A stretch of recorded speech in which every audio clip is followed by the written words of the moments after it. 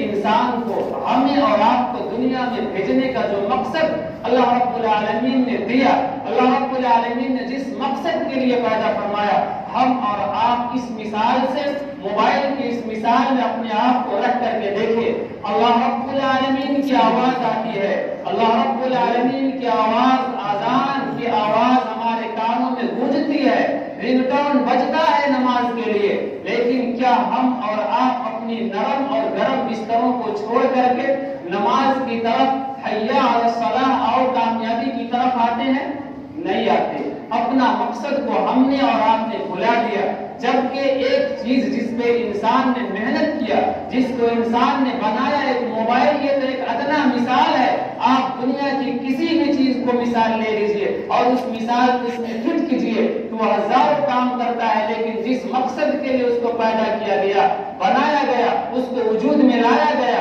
وہ کام کو وہ کبھی نہیں بھولتا۔ ایک موبائل میں ہزاروں کام آپ کر رہے ہیں، اس کے باوجود فون آتا ہے تو وہ اپنے مقصد کو نہیں بھولتا۔ تو ہمارے اور آپ کو اللہ تعالیٰ نے وَمَا خَلَقْتُ الْجِنَّ وَالْإِنسَ إِلَّا لِيَعْبُدُونَ کے تحت پیدا فرمایا، تو ہم اور آپ اپنے مقصد کو کیسے بھول گئے؟ اسی مقصد کو یاد دلانے کے لیے اللہ رب العالمین نے اپنے انبیاء کو بھیجتے رہے اور اخیر میں قرآن مقدس کو بھیجا، اور جناب محمد رسول اللہ صلی اللہ علیہ وسلم کو اللہ تعالیٰ نے 2 کام سپرد کیے، بلکہ 3 مقصد اللہ رب العالمین نے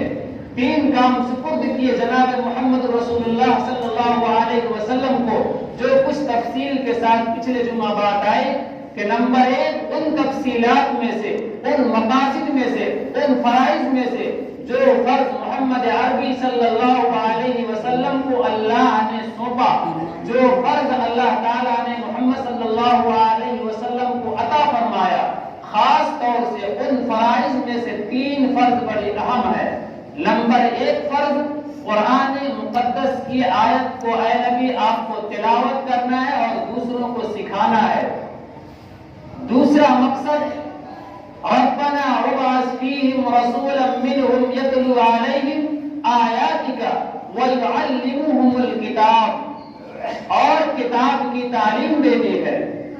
تیسرا مقصد ویزکیہم، ان کو تزکیہ کرنا ہے، پاک کرنا ہے۔ قرآن کا ایک ہے لفظ اور ایک ہے معنی۔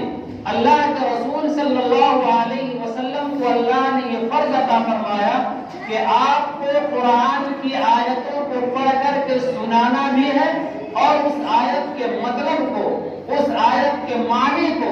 اس آیت کے تفسیر کو لوگوں کو بتانا بھی ہے، اور لوگوں کو آپ کو پاک بھی کرنا ہے۔ 3 مقصد اللہ تعالیٰ نے حضور اکرم صلی اللہ علیہ وسلم کو دے کر کے اس دنیا میں بھیجے،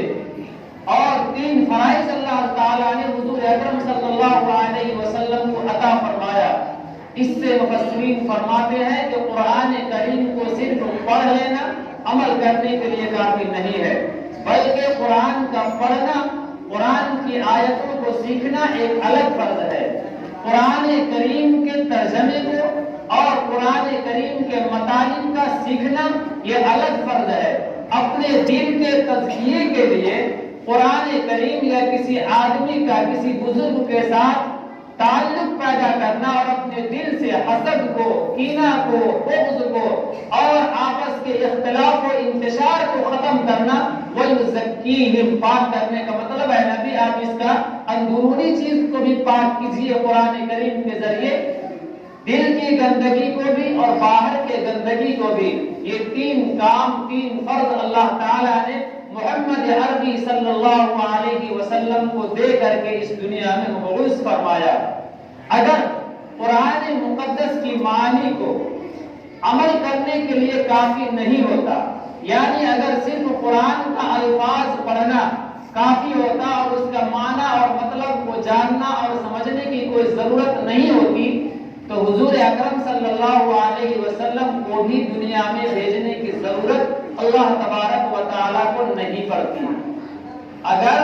قرآن مقدس کی صرف آیتوں کو پڑھنا مقصد ہوتا، جیسے ہم اور آپ صرف